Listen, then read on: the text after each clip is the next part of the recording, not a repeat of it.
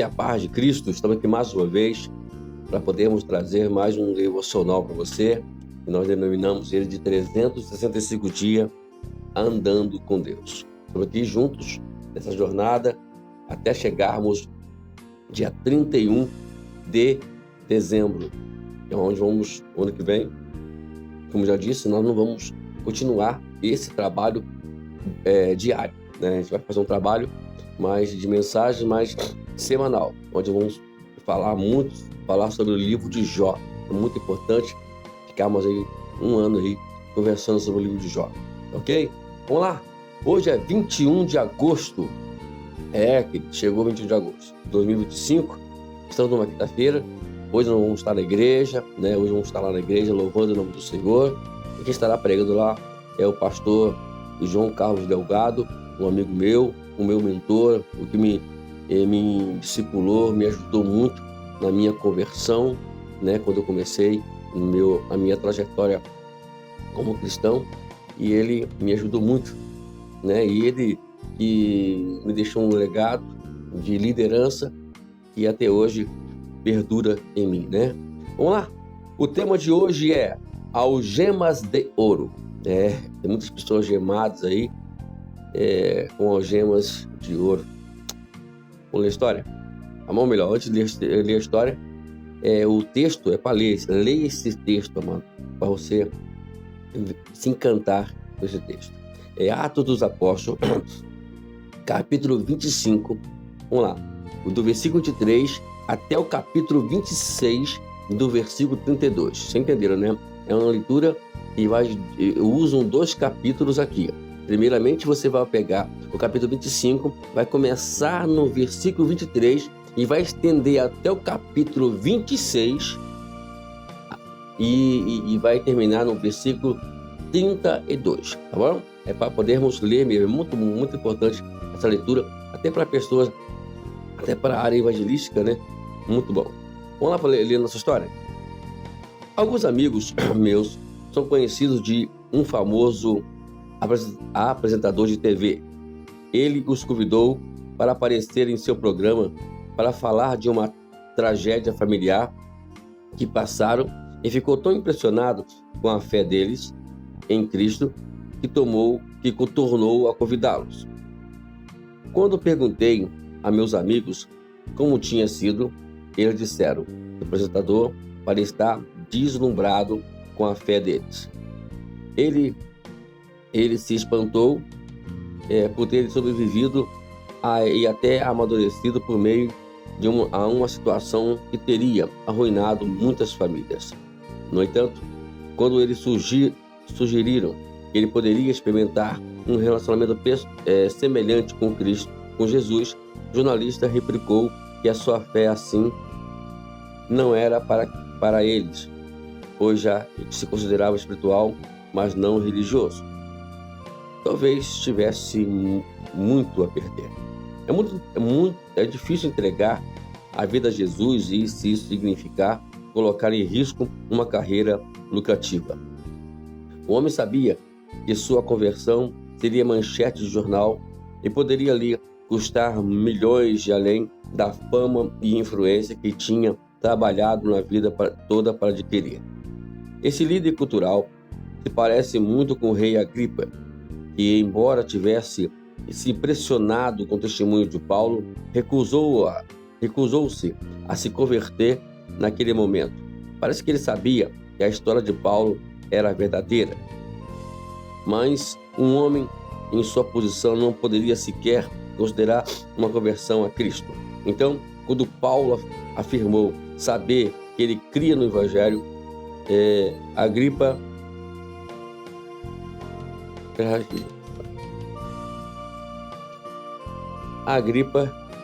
exclamou que precisaria de mais tempo. Ele era um rei espiritual. Ele conhecia os profetas, mas não estava pronto para ser um seguidor de Jesus. Que posição, relacionamento estático, o impede de entregar todo o coração a Jesus. Quando você calcular o custo de segui-lo, não avalie somente o que perderá, mas calcule também que perderá se não o fizer. Aqui nós temos a história, né, desse apresentador que foi impactado com o testemunho dos amigos do senhor Michael Wister, mas ele preferiu não se envolver com a fé deles, né, com a questão espiritual, né, dizendo ele que ele era uma pessoa espiritual, mas não era religioso. Bom, há uma confusão imensa sobre essas questões de religiosidade, e eu sempre costumo dizer, antes de nós comentarmos mais abaixo no texto, que nós não podemos nos colocar como um ser somente religioso, né?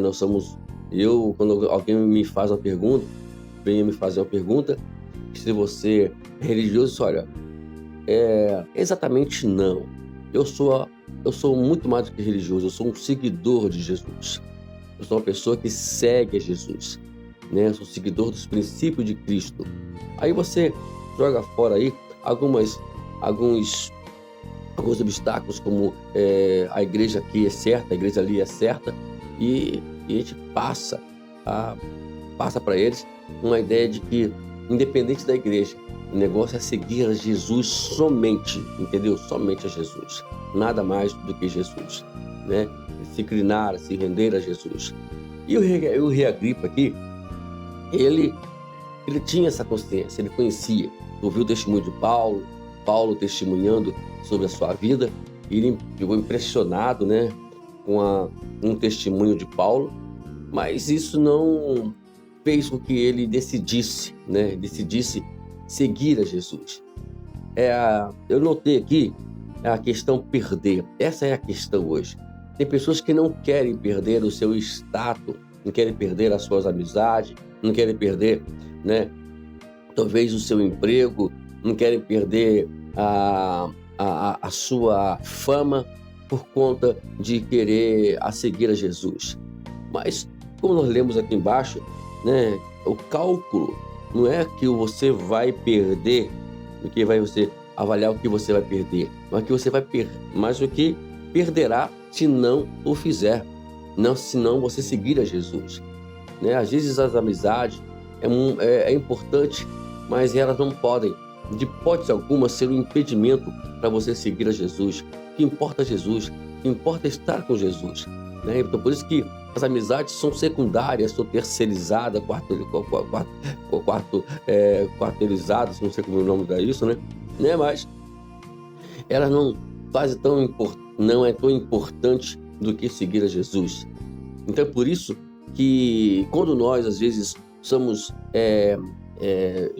olhados de forma diferente ou indiferente, né, a gente vê aí que faz parte, porque você não vai mais beber com eles, você não vai mais fumar com eles, você não vai mais se prostituir com eles, você não vai mais andar, né, dentro da ideologia deles. Então talvez, poxa, eu vou perder meu status, eu vou perder essa posição que eu estou, né? No caso aqui do apresentador, ele poderia, talvez, né, perder aquela posição dele, e ele, pelo que eu vi aqui, pela história, é um apresentador muito famoso, como nós podemos ver aqui, e ele não poderia perder essa fama toda.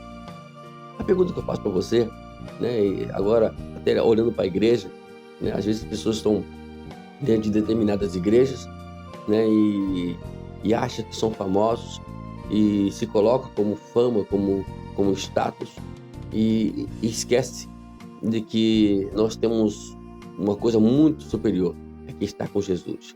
Talvez você vai ficar ali naquela posição apenas por uma questão de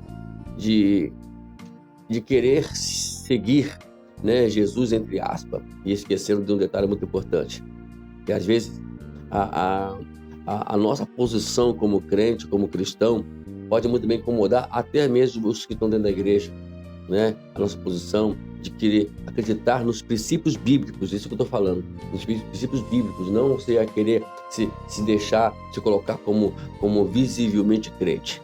Isso não significa nada. Mas com o princípio bíblico, não, eu não vou sair dessa linha, A linha bíblica é essa, eu vou ficar com essa linha bíblica. Acabou, né? E você, às vezes, pode perder até amizade de dentro da igreja, para você ter a ideia.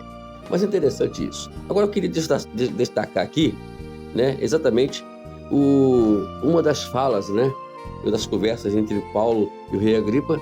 Eu queria destacar aqui o versículo, capítulo 26, versículo 28, versículo 29, que é interessante, né? Aí, o rei Agripa dirige a palavra a Paulo dizendo: por pouco você me convence a me tornar cristão. Paulo respondeu: peço a Deus que faça com que, por pouco ou por muito, não apenas o Senhor, mas todos os que me ouvem venham a ser alguém como eu, mas sem essas correntes, sem essas algemas, né? Amarrado às suas vidas, aos seus status, à sua fama, aos seus convívios e às vezes, para poder ser liberto, nós precisamos desatar tudo isso. E às vezes a renúncia entra em cena, como Jesus disse lá no livro de Mateus, no capítulo 16. E o examine aqui, porque ele já passa por vocês, fala justamente sobre isso, né? Que leia o Evangelho de Mateus, capítulo 16, verso 24 a 28. E também a carta aos Filipenses, capítulo 3, verso 4 a 11, para descobrir o custo e a recompensa por seguir Jesus. Então, leia essas duas passagens, é interessante, tanto Mateus 16, 24 a 28, como Filipenses, capítulo 3, verso 4 a 11.